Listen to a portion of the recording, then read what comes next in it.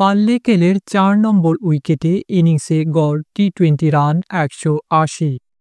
বৃহস্পতিবার ১০ জুলাই টি-২০ সিরিজের প্রথম ম্যাচে টস হেরে ব্যাট করা বাংলাদেশ দলের শুরু খারাপ হয়নি। তবে পরের ধুকধুকানি ব্যাটিংয়ে ৫ উইকেটে ১৫৪ রানে আটকে যায় সফরকারীরা।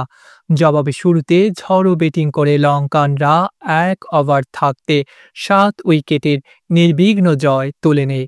ওপেনিং জুটিতে তানজিদ তামিম ও পারভেজ ইমন ৫ ওভারে ৪৬ রান যোগ করেন। তানজিদ ফিরে যান ১৭ বলে ১৬ রান করে। অধিনায়ক লিটন দাস ৩-এ নেমে ১১ বলে ৬ রান করে ধুঁকে ধুঁকে আউট হন। এরপরই ফেরেন দলের হয়ে ২২ বলে সর্বোচ্চ ৩৮ রান করা পারভেজ ইমন। তিনি ৫টি ৪ ও ১টি ছক্কা মারেন। পাঁচে নামা তাওহিদ হৃদয় ১৩ বলে ১০ রান করে সাজ করে ফিরলে চাপে পড়ে বাংলাদেশ। ওই চাপ দীর্ঘদিন পরে দলে ফিরে ৪-এ ব্যাট করা নাঈম শেখ ও ৬-এ ক্রিজে আসা মেহেদী মিরাজ সামাল দিলেও ধীরে রান তোলে বাংলাদেশ। নাঈম ২৯ বলে ১টি করে ৪ ও ছক্কায় ৩২ রান করেন।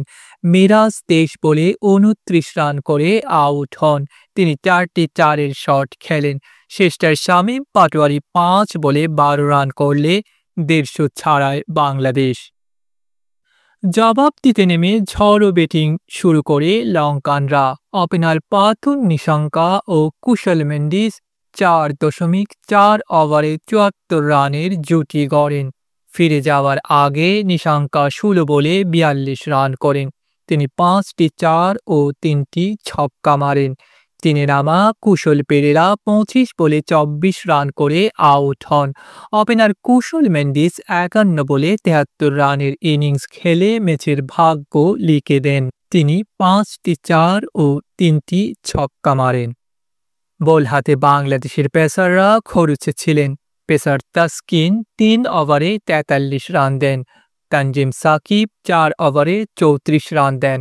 তবে স্পিনে মিরাজ ও রিশাদ ভালো করেন। তারা ৪ ওভার করে হাত গড়িয়ে ২৪ করে রান দিয়ে ১টি করে উইকেট নেন। শ্রীলঙ্কার স্পিনার মহেশ থিকসানা ৪ ওভারে ৩৭ রান দিয়ে ২ উইকেট নেন। ১টি করে উইকেট নেন জেফ্রি ভ্যান্ডারসে, নয়ন তুষারা ও দাসুন সানাকা।